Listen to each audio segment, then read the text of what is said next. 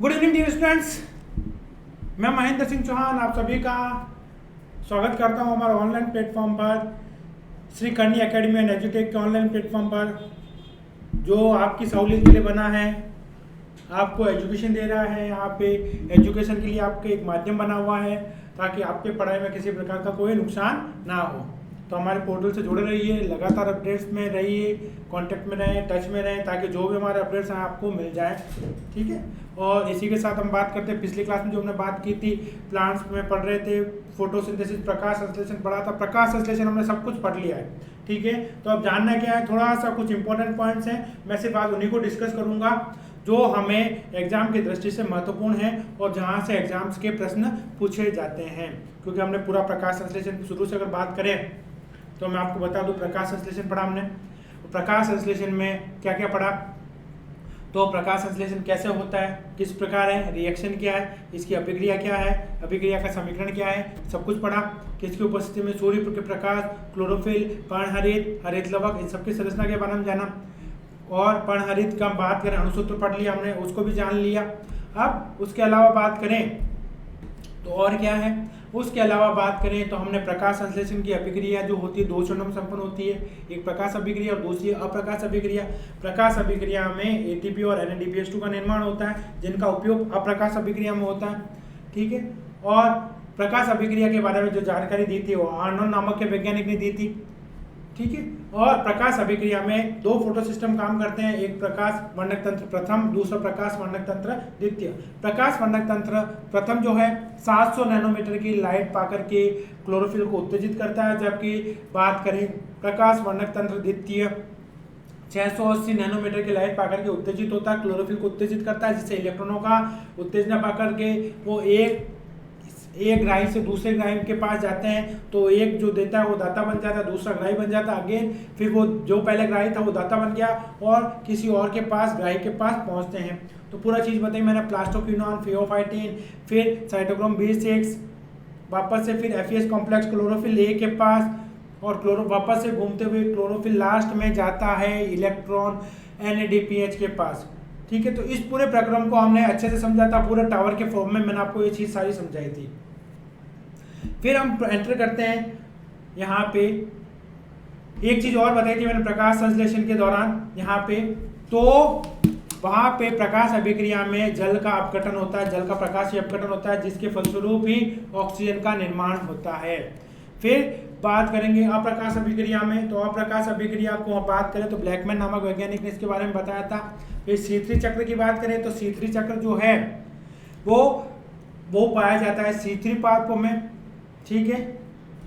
और इसके बारे में बताया था कैल्विन बेंसन ने, जबकि C4 चक्र जो है ये पाया जाता है C4 पादपों में, और इसके बारे में बताया था हैच और स्लैक ने।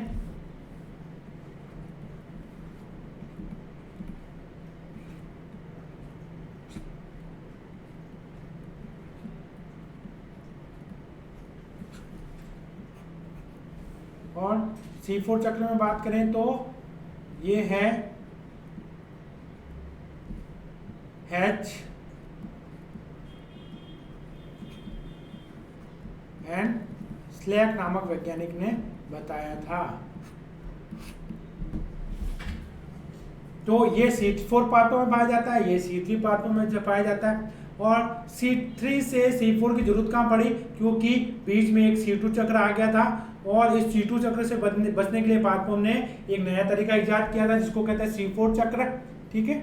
तो हम बात करने वाले हैं आज C3 चक्र और C4 चक्र के बीच अंतर की, जो सामान्य क्वेश्चन है पूछा जाता है।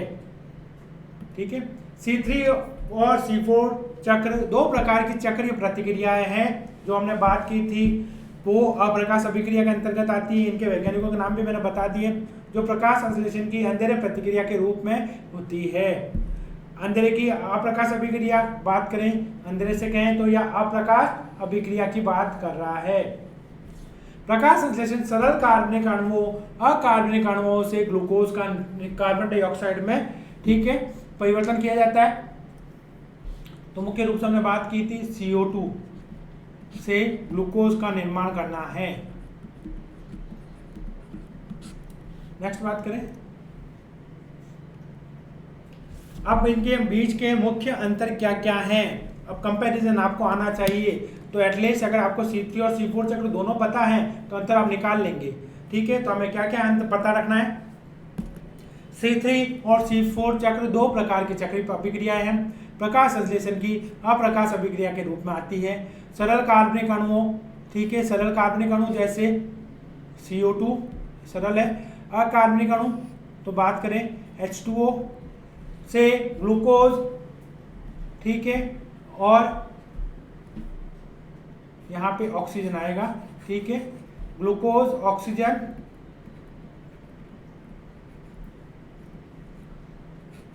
और पानी का उत्पादन होता है। यह अभिक्रिया सूर्य के प्रकाश के रूप में होती है और सूर्य के प्रकाश की ऊर्जा का उपयोग करती है। प्रकाश संश्लेषण के दौरान प्रकाश अभिक्रिया के बाद अंधेरे वाली अभिक्रियाएं होती है, क्योंकि प्रकाश अभिक्रिया में क्या बनता है, ATP और NADPH2, और साथ में यहाँ पे बात करें तो ऑक्सीजन जो होती है वो वातावरण में मुक्त कर दी जाती है।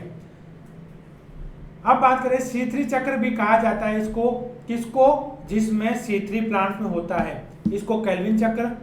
जबकि C4 चक्र जो C4 पार्प में होता है उसको हैच और स्लैग चक्र कहते हैं। मुख्य अंतर बात करें C3 और C4 चक्र के बीच, इन प्रतिक्रियाओं द्वारा निर्मित पहला स्थिर यौगिक C3 चक्र में पहला स्थिर यौगिक कौन सा होता है, 3-फॉस्फोग्लिसरिक एसिड, C3 चक्र में पहला स्थायी यौगिक। जबकि C4 चक्र में पहला स्थायी यौगिक कौन सा होता है, ऑक्जेलो एसिटिक अम्ल OAA। तो ये 4 कार्बन का होता है इसलिए इसको C4 चक्र कहते हैं। तो और ये 3 कार्बन का होता है फॉस्फोग्लिसरिक अम्ल, इसलिए इसको C3 चक्र कहते हैं। तो ये पहला अंतर हमें पता पड़ गया कि C3 चक्र C3 पार्प में होता है, जबकि C4 चक्र C4 पार्प में होता है। जैसे चिनोपोडियम, गन्ना, सोरगम, ब्रायोफिलम को पत्थर चट्टा कहा जाता है। अब C3 चक्र में पहला स्थायी उत्पाद क्या होता है, 3PGA, 3-फॉस्फोग्लिसरिक एसिड या अम्ल। जबकि C4 चक्र में बात करें पहला स्थायी यौगिक जो होता है वो 4 कार्बन का ऑक्जेलो एसिटिक अम्ल होता है। C3 साइकिल क्या है, ठीक है, तो C3 साइकिल में बात करें तो इसके बारे में थोड़ा जान लेते हैं। C3 चक्र दो प्रतिक्रिया मार्ग जो अभिक्रिया होती है, प्रकाश संश्लेषण की अभिक्रिया में होता है ये, ठीक है, और ये 3 चरणों में होता है। पहले चरण में क्या होता है, कार्बन का फिक्सेशन होता है, कार्बन का स्थिरीकरण होता है, जिससे एक 3 कार्बन का यौगिक बनता है जिसको कहते हैं फॉस्फोग्लिसरेट, ठीक है, और जो हाइड्रोलाइज होता है बाद में कार्बन डाइऑक्साइड निर्धारण होता है। तो क्या हो रहा है, CO2 और RUBP के साथ जुड़कर के एक उत्पाद का निर्माण करता है जिसको कहा जाता है 3PGA। ये 3PGA बना, इसको फॉस्फोग्लिसरेट कहा या फॉस्फोग्लिसरिक अम्ल कहा हमने। अब ये अभिक्रिया जो प्रकाश वाली अभिक्रिया की थी वो तो थाइलेगढ़ में होती है, लेकिन अब जो ये अभिक्रिया बात कर रहे हैं ये कहाँ हो रही है, ये हो रही है स्ट्रोमा में, अप्रकाश अभिक्रिया।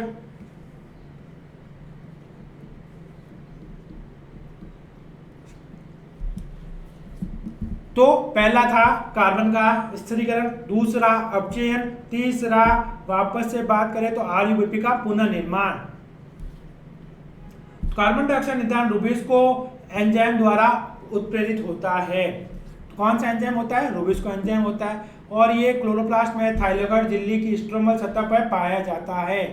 कार्बन डाइऑक्साइड का निर्धारण C3 चक्र कदम तक सीमित रहता है। बस यहाँ पे कार्बन डाइऑक्साइड का निर्धारण कहाँ है, C3 चक्र में फर्स्ट स्टेप जो है कार्बन का स्थिरीकरण वहां तक सीमित है। एंजाइम रुबिस्को की अपूर्णता के कारण एंजाइम आणविक ऑक्सीजन, हमने बताया था रुबिस्को जो एंजाइम होता है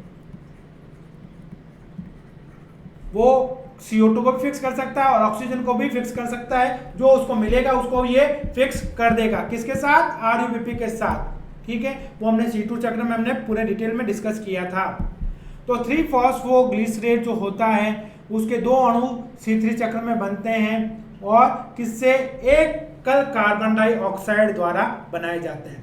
जबकि दूसरे चरण में बात करेंगे तो 3-फॉस्फोग्लिसरेट का एक अणु कम हो जाता है, जिससे 3 प्रकार के हेक्सोस फॉस्फेट होते हैं, fructose 6 phosphate, glucose 6 phosphate, glucose 1 phosphate इत्यादि का निर्माण होता है और उससे ग्लूकोज का निर्माण होगा।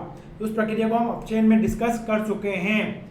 ठीक है, तो हमें मुख्य रूप से क्या याद रखना है कि यहाँ पे इसकी अपूर्णता के कारण C4 पादपों का विकास हुआ है। नेक्स्ट बात करें, जबकि C4 चक्र में क्या है उसके बारे में थोड़ा देखें। C4 चक्र प्रकाश संश्लेषण की अंधेरे में प्रक्रिया होती है और जैसे गन्ना, मक्का, ठीक है, केकड़े जैसे गर्म और शुष्क वातावरण में बढ़ते हैं। प्रकाश संश्लेषण के दौरान C4 का उपयोग करते हैं। रंध्र के छिद्रों में गैस का आदान प्रदान इन पौधों में शुष्क और गर्म परिस्थितियों में होता है। ये सारे हमारे अंतर में काम आएंगे। अत्यधिक नुकसान को कम करने के लिए अधिकांश समय रखा जाता है। C3 चक्र की प्रगति से पौधों की पत्तियों के अंतर कार्बन डाइऑक्साइड सांद्रता भी कम हो जाती है। जब कार्बन डाइऑक्साइड की सांद्रता कम होती है तो प्रकाश संश्लेषण को बढ़ाया जाता है, जिससे प्रकाश संश्लेषण की क्षमता कम हो जाती है। C3 पादपों में जैसे जैसे हम बात करेंगे, जैसे जैसे तापमान बढ़ेगा तो प्रकाश संश्लेषण की दर में गिरावट आएगी। तो इस गिरावट की दर को वापस से रिकवर करने के लिए C4 पादपों का विकास होता है। शुष्क और गर्म परिस्थितियों के लिए अनुकूल माने जाते हैं, इनकी दक्षता अच्छी होती है। ठीक है, इसीलिए इन पादपों में बात करेंगे जो शुष्क और गर्म परिस्थिति होती है वहां पे C4 चक्र चलता है।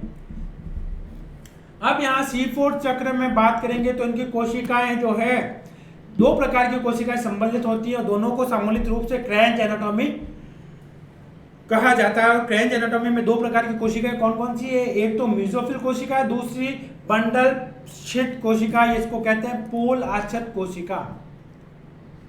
मंडल म्यान, इसको पूल आच्छत कोशिका भी कहते हैं, पूल आच्छत। पत्ती के सवानी उत्तक बंडल शीट कोशिकाओं से घिरा हुआ है। क्रेंच एनाटॉमी इसको सम्मिलित रूप में कहा जाता है। ठीक है, फॉस्फोइनोल पाइरुवेट मेसोफिल कोशिकाओं में कार्बन डाइऑक्साइड के साथ प्रतिक्रिया करता है। ठीक है, जबकि वहां पे क्या था, CO2 किसके साथ जुड़ रहा था, C3 में बात करें तो ये CO2 है, किससे जुड़ रहा है, RUBP से, और RUBP 5 कार्बन का है। जबकि C4 में बात करें तो यही CO2 जो है किससे जुड़ रहा है, PEP फॉस्फोइनोल पाइरुवेट, ये होता है 3 कार्बन का। तो ये RUBP से जुड़ रहा था, ये PEP से जुड़ रहा है। ठीक है, यहाँ पे फॉस्फोइनोल पाइरुवेट जो होता है मेसोफिल कोशिकाओं में कार्बन डाइऑक्साइड के साथ प्रतिक्रिया करता है और CO2 को फिक्स करने में मदद करता है, जिसी के परिणाम स्वरूप क्या बनता है, पहला उत्पाद ऑक्जेलो एसिटिक अम्ल, जो कि 4 कार्बन का होता है। 1 कार्बन इसका, 3 कार्बन इसके, मिलके हो गए 3 और 1 4 कार्बन का बना ऑक्जेलो एसिटिक अम्ल। ठीक है, फिर ऑक्जेलो एसिटेट बनता है जो 4 कार्बन का यौगिक होता है और फॉस्फोइनोल पाइरुवेट कार्बोक्सिलेज एंजाइम के द्वारा प्रेरित होता है। एंजाइम कौन सा है यहाँ पे, कार्बोक्सिलेज। अब ये एंजाइम जो कार्बोक्सिलेज एंजाइम है ये विशिष्ट हो गया है, क्योंकि मैंने आपको एंजाइम्स पढ़ाए हैं, थोड़ा एंजाइम्स को देखिएगा। तो मैंने यहाँ पे पहले रुबिस्को की बात की तो वो CO2 के लिए भी है और ऑक्सीजन के लिए भी है, लेकिन यहाँ कार्बोक्सिलेज एंजाइम जो आ गया है, अब यहाँ ऑक्सीजन होगी तो भी वो उसको फिक्स नहीं करेगा, क्योंकि एंजाइम कौन सा है, कार्बोक्सिलेज है, इसलिए क्या है, ऑक्सीजन के लिए असंवेदनशील है। फिर ऑक्सोलो एसिटेट को मैलेट में बदल दिया जाता है और यहाँ पे मैलेट को बंडल शीट कोशिकाओं में स्थानांतरित किया जाता है। बंडल शीट कोशिकाओं में कार्बन डाइऑक्साइड को हटाकर C3 चक्र में मैलेट प्रवेश करा दिया जाता है। ठीक है, फिर से वो C3 चक्र अब चलेगा, वापस से वो CO2 अब किससे जुड़ जाएगा, RUBP से जुड़ के 3-PGA का निर्माण करेगा। कहाँ पे, पूल आच्छत कोशिकाओं में। लेकिन CO2 अंदर तो आ गया, अब रुबिस्को को डायरेक्ट मिल जाएगा। वापस से मैलेट को फ्री करके वापस से बात करेंगे तो पैप का निर्माण होता है, पाइरुवेट बनेगा, पाइरुवेट से वापस से पैप बन जाएगा, फॉस्फोइनोल पाइरुवेट बन जाएगा। ठीक है, तो ये C4 चक्र का जस्ट एन ओवरव्यू है। इसका पूरा डायग्रामेटिकल मैकेनिज्म मैं समझा चुका हूँ, जो हमारी पिछली क्लास में है। जिनको यहाँ समझ में नहीं आया तो वो थोड़ा सा वो हमारे डायग्राम को देखे, पिछली क्लास जो हमने पढ़ाई थी। तो अब अंतर के एक एक तौर पे, बड़े बड़े तौर पे हम फटाफट इस सारे अंतर को देखें, जो भी अंतर है हमारा। तो पहला स्थिर यौगिक क्या होगा? तो पहला स्थिर यौगिक जो बात करें C3 और C4 को मैं साथ साथ लेके चलूंगा एक एक पॉइंट में। तो C3 में बात करेंगे तो 3 कार्बन का यौगिक होता है, जिसको कहते हैं 3-फॉस्फोग्लिसरिक एसिड, 3-फॉस्फोग्लिसरिक अम्ल।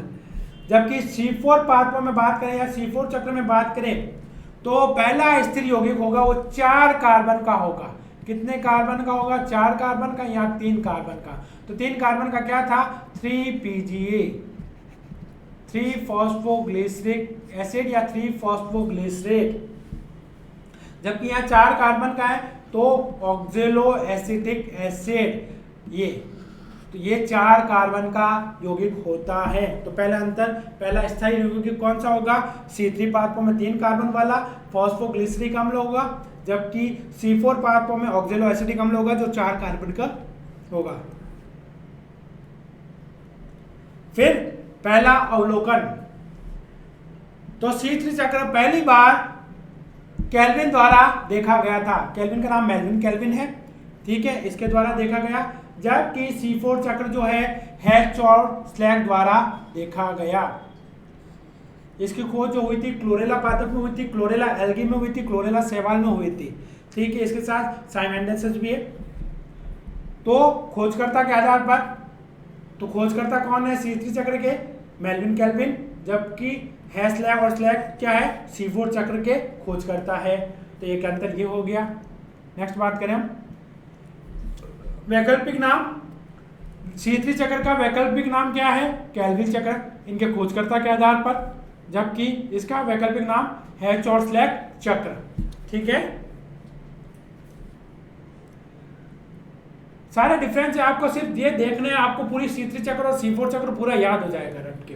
बाकी मैंने जो रे डायग्राम से एक्सप्लेन किया था प्रीवियस क्लास में हमारी, थोड़ा उसको देख लीजिएगा, उससे भी आपको बेटर वे में समझ में आ जाएगा। जहां आपको डाउट लगेगा कंपेयर कीजिएगा डायग्रामेटिकली। उपस्थिति C3 चक्र सभी पाथवों में पाया जाता है। कहाँ पाया जाता है? ये जो भी प्लांट है, C3 पादप है या C4 प्लांट है, सब में C3 चक्र तो होगा ही।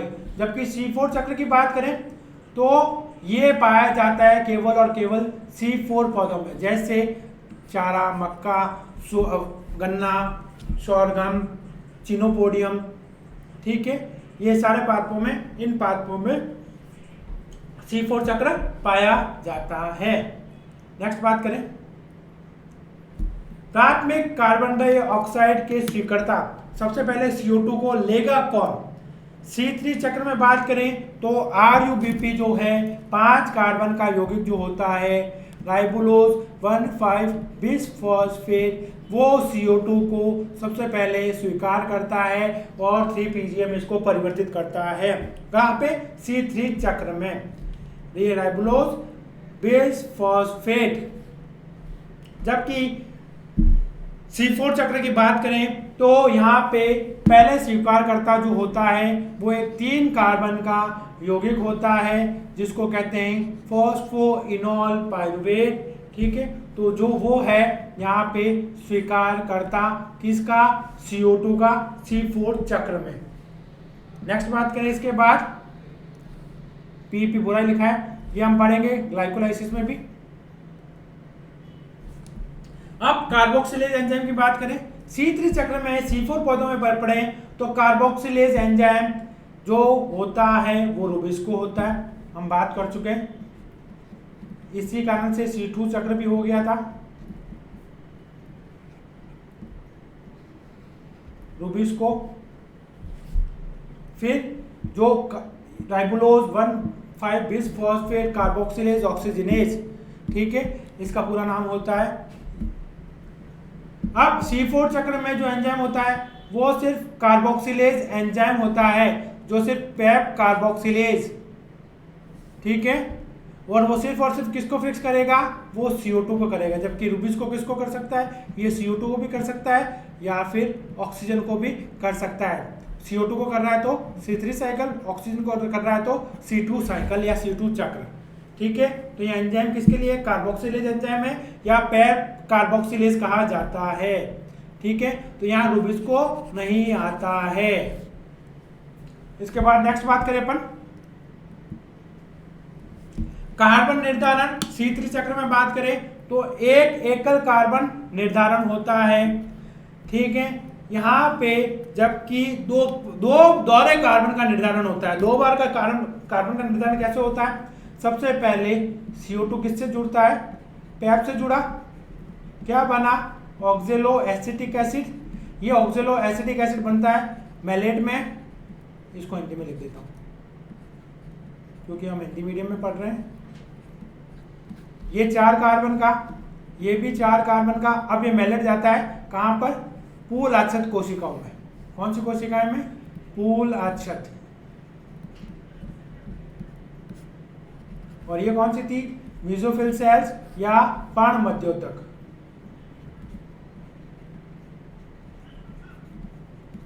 पर्णमध्योतक की कोशिकाएं थी, वहां पे मैलेट बना। ये मैलेट अंदर आया, मैलेट बनता है, वापस से बदलता है पाइरुवेट में।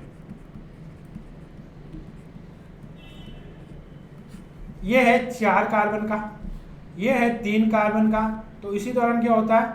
एक CO2 मुक्त हो जाती है। अब ये जो मुक्त हुई है CO2, ये जुड़ती है RuBP के साथ और वापस से क्या चलाती है?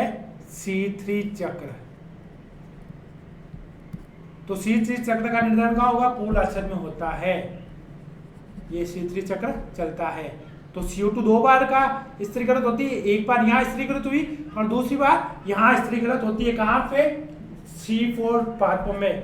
जबकि C3 पादपों में सिर्फ एक बार स्त्रीकरण होता है, यहाँ पे। ठीक है, एक अंतर यहाँ। इसके बाद बात करें कार्बन फिक्सेशन में दक्षता। C3 चक्र में बात करें, कार्बन निर्धारण C3 चक्र में कम कुशल और धीमा होता है, क्योंकि वहां पे रुबिस्को को ऑक्सीजन मिलेगा तो वो कंपैरेटिवली काम करता है। जबकि C4 चक्र में कार्बन निर्धारण में अधिक कुशल होता है, क्योंकि उसको सिर्फ और सिर्फ CO2 को फिक्स करना है। सिर्फ और सिर्फ CO2 को, कार्बन डाइऑक्साइड को स्थिरीकरण करने का कार्य करना है। कार्बन निर्धारण की आवश्यकता। कार्बन निर्धारण क्यों करना पड़ता है, उसकी आवश्यकता कहाँ है? यहाँ पे C3 चक्र में बात करें, एकल कार्बन निर्धारण से एकल कार्बन के लिए कितनी ATP चाहिए? 3 ATP चाहिए। मैं आपको सारे ATP के कैलकुलेशन बता चुका हूं और 2 NADPH की आवश्यकता होती है।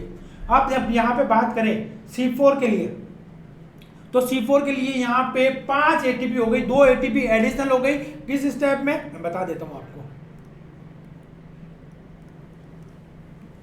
यहाँ ये प्रोसेस जो होता है एक्स्ट्रा पाइरुवेट से वापस पैप बनाने का, ये वाला, इस स्टेप में फिर से ATP चाहिए और ATP से क्या बनता है? AMP। तो यहाँ 2 फॉस्फेट कंज्यूम हो जाते हैं। तो फिर से यहाँ मतलब कि हर एक स्टेप में क्या होगा? 2 ATP अलग से चाहिए। तो कितनी हो गई? एक CO2 के लिए 3 ATP, तो यहाँ 3 तो C3 चक्र में और 2 चाहिए यहाँ C4 चक्र के लिए। तो 3 और 2 5 ATP चाहिए, एक CO2 के लिए, एक कार्बन डाइऑक्साइड के लिए। लेकिन NaDH2 की बात करें तो 3 NaDH2 की आवश्यकता पड़ती है। तो ये थोड़ा रहेगा ATP और कि यहाँ इसमें एनर्जी ज्यादा कंज्यूम होगी। अब क्लोरोप्लास्ट के प्रकार, हरितलवण के प्रकार बात करें तो C3 चक्र में जो बात करें, दानेदार क्लोरोप्लास्ट C3 चक्र में शामिल हैं। कैसे?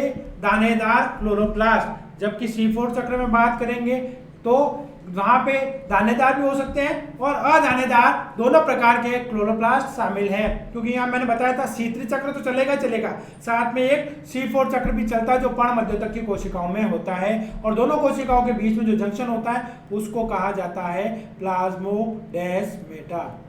ये देखो, ये मैंने बताई पर्णमध्योतक और इस तरफ है पूलाक्षत, और दोनों कोशिकाओं के बीच का जो जंक्शन होता है उसको कहा जाता है प्लाज्मोडेस्मेटा।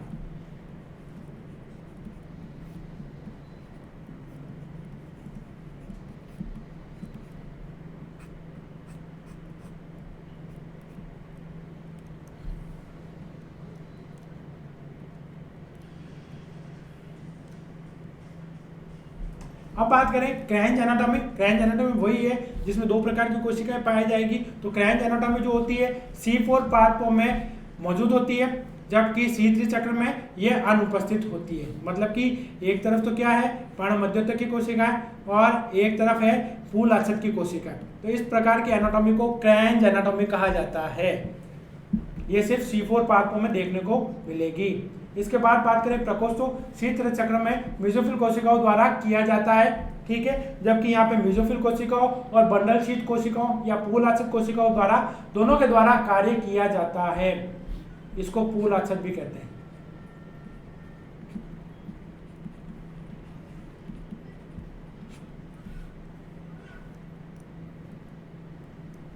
C3 चक्र का इष्टतम तापमान जो है, अधिकतम तापमान वो 20 से लेकर 25 डिग्री सेल्सियस है, ठीक है। जबकि C4 चक्र की बात करें 30 से लेकर 50 डिग्री तक तापमान है तो भी C4 चक्र चल सकता है। लेकिन अगर यहाँ बात करें अगर यहाँ 30 से 35 डिग्री तापमान हो गया तो C3 चक्र चलना रुक जाएगा। जबकि ये हाई टेम्परेचर भी अधिक तापमान पर भी C4 चक्र चल सकता है। बहुत कम कार्बन डाइऑक्साइड सांद्रता पर, तो बहुत कम कार्बन डाइऑक्साइड सांद्रता है तो C3 चक्र पता है हमें रुक जाएगा और C2 चक्र चल सकता है। C3 चक्र बहुत कम कार्बन डाइऑक्साइड सांद्रता आगे बढ़ने से असमर्थ है, काम नहीं करेगा। जबकि C4 चक्र तो क्या करेगा क्योंकि उसके पास एंजाइम एक ही है, कार्बोक्सिलेज पेप कार्बोक्सीकाइनेज, ठीक है। तो C4 चक्र बहुत कम कार्बन है तो भी अच्छी सांद्रता से आगे बढ़ेगा, ठीक है, ये भी फर्क है। ऑक्सीजन का प्रभाव। C3 चक्र में बात करें ऑक्सीजन द्वारा बाधित होता है। C3 चक्र में बात की ऑक्सीजन द्वारा बाधित होगा तो कौन सा चक्र चल जाएगा? C2 चक्र। और जिसको हमने कहा था वारबर्ग इफेक्ट और इसको डिस्कवर किया था डेकर्बर-टियो ने। जबकि C4 चक्र जो होगा वो अवरोधक है, उसके CO2 ऑक्सीजन कितनी भी है उसके ऊपर कोई प्रभाव नहीं पड़ेगा, तो ये अवरोधी नहीं बनेगा यहाँ ऑक्सीजन से, जबकि ये बाधित हो जाएगा, रुक जाएगा। अब सूरज की रोशनी का प्रभाव क्या पड़ेगा? C3 चक्र को सूर्य के प्रकाश से संतृप्त किया जा सकता है, C4 चक्र के प्रकाश से संतृप्त नहीं होता है, क्योंकि यहाँ पे बात करेंगे C4 CO2 जो फिक्स हो रहा है सीधा कहाँ पे पैप से हो रहा है। फोटो रेस्पिरेशन मतलब कि प्रकाश श्वसन।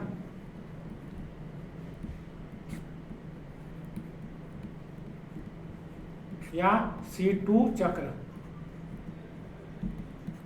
C3 चक्र में फोटो रेस्पिरेशन की मात्रा देखी गई है, जबकि C4 चक्र में फोटो रेस्पिरेशन कैसा है? नगण्य, कुछ भी नहीं देखा जाता है, ठीक है। निष्कर्ष हम क्या कह सकते हैं? C3 और C4 चक्र दो प्रकार की अंदर की वाली अभिक्रियाएं हैं जो प्रकाश संश्लेषण के दौरान होती है। C4 चक्र सभी पादपों में होता है 20 से 25 डिग्री सेल्सियस पर होता है, जबकि C4 पादपों में 30 से 45 डिग्री टेम्परेचर पर भी हो सकता है।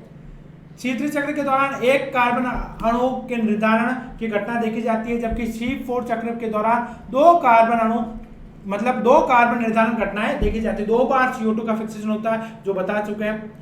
फोटो रेस्पिरेशन या प्रकाश श्वसन C3 चक्र के दौरान होता है, जबकि C4 चक्र के दौरान इसकी उपस्थिति नगण्य होती है। C3 चक्र की दक्षता की तुलना में C3 चक्र की दक्षता कम है, ठीक है।